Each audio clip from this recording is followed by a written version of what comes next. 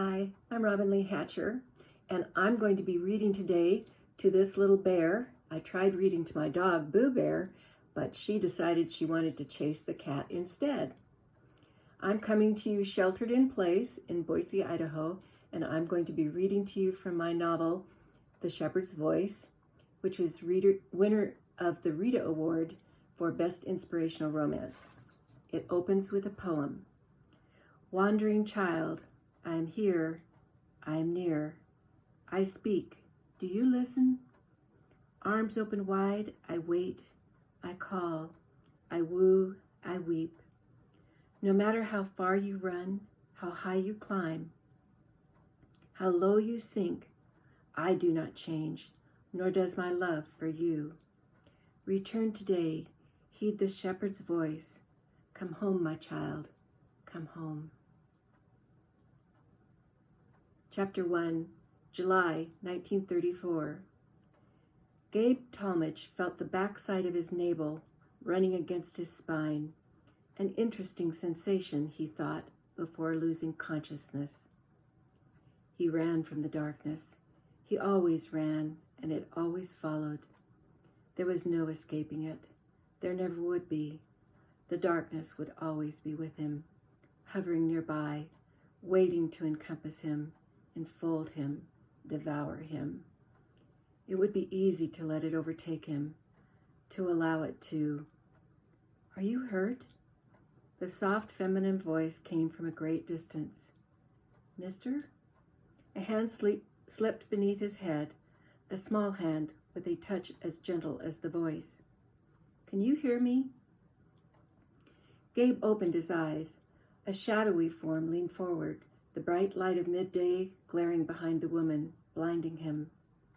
Here, take a drink. His head was lifted slightly, and something cool touched his lips. Water trickled down his chin. Covering the woman's hand with his own, Gabe steadied the canteen, then drank deeply. Easy, not too fast. His thirst momentarily slaked, he closed his eyes. Thanks. We should get you into the shade. It's powerful hot today. Can you stand? Yes, he answered, although he wasn't as confident as he tried to sound. Holding his arm, she helped him sit up. Don't hurry. Take your time.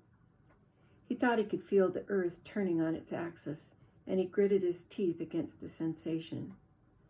Ready? His angel of mercy asked. He opened his eyes a second time. Ready. As he rose to his feet, the woman slipped beneath his arm, close against his side, taking his weight upon herself. It was humiliating to be this weak. His mind raged against it, as it had raged against countless degradations in the past. But rage changed nothing, then or now. He glanced down. He could see little besides a floppy-brimmed straw hat above a narrow set of shoulders. We're going over here. She pointed with her free arm toward a good-sized birch tree. Careful. We'll go slow. Take your time, not too fast.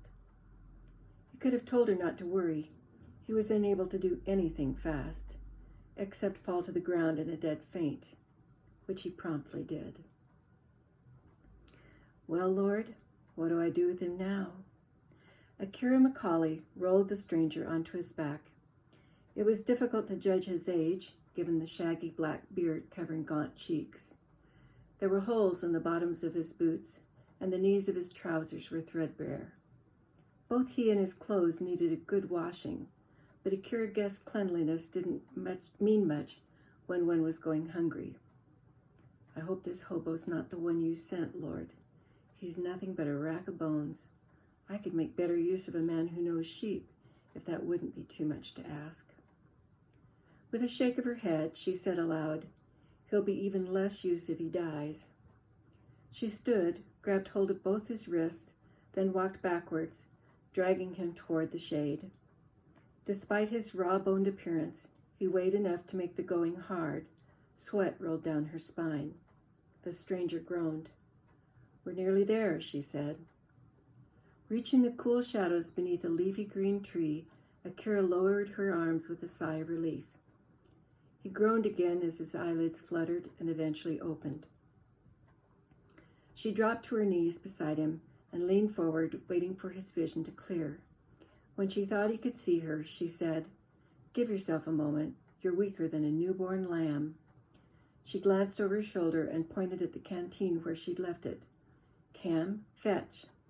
Her collie, who'd patiently observed all the goings-on from a short distance, jumped up and raced to obey her mistress's command.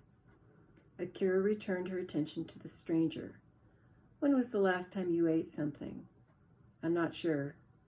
"Days?" He nodded. "How'd he get so lost, Lord? He's a long way from the rails, and any man who could get that turned around would serve me no purpose. I'd spend all my time looking for him in the hills. You must see I'm right about that. Surely you've got a better way of answering my prayers than sending a shepherd who can't find his way." Cam delivered the canteen, and Akira offered it to the stranger. "Thanks." With her help, he sat up, then opened the canteen and lifted it to his mouth.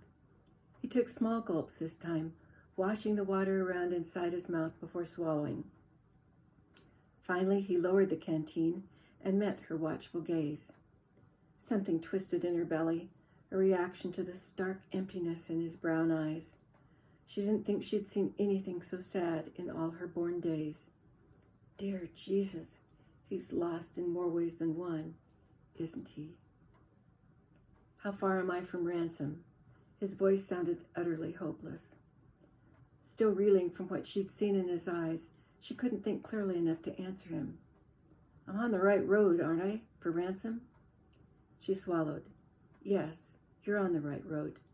Ransom's a bit more than 15 miles to the north." She frowned. "But if you're looking for work at the lumber mill, you needn't bother. There's no work to be had." He turned his head, judging the short distance to the tree, then slowly inched himself closer to it, stopping when he could rest his back against the trunk. He closed his eyes again. "No work at the mill," he whispered. "No. But it's still there?" "The mill? Yes, it's still there." Silence fell between them. He kept his eyes closed, and she kept hers trained on him. "There's no work for him in these parts. He'll turn around and go back the way he came. As well he should. Look at him." "Yea, look at him." "But Lord," "For I was hungry, and ye gave me to eat. I was thirsty, and ye gave me to drink. I was a stranger, and ye took me in." "What's your name?" he asked, breaking into her silent conversation with the Lord. "Akira Macaulay." He opened one eye. "Akira? It's Scottish, means anchor. My grandfather wanted me to have a strong name so I wouldn't be afraid of life, so I'd have a reminder of where to find my anchor. He placed great store in the meaning of names, my grandfather." The stranger's eyes closed. "And your name?" "You can call me Gabe." "Gabe, short for Gabriel?" She smiled. "Gabriel, a strong man of God." Eyes wide open now, he gave her a look that was anything but friendly. "That's the meaning of your name," she explained. "You're mistaken, Miss Macaulay. That's the last thing my name could mean." She knew she wasn't mistaken, but something in his dark countenance warned her not to argue. "I'll fetch my horse and take you to my place. Get you something to eat." She stood, brushing the grass and dirt from the knees of her overalls. "You don't have to bother. I've troubled you enough. I can get to ransom on my own." "Lord, I have a feeling the trouble's yet to begin. Why is that?" She turned toward the road. "Mister, you couldn't make it 15 yards, let alone 15 miles. With a shake of her head, she strode away from the stranger whose brown eyes were filled with indescribable pain, away from the man who denied the meaning of his name. Thanks for joining me for this read-along. I hope you'll check out the other authors who are also posting read-alongs from their books.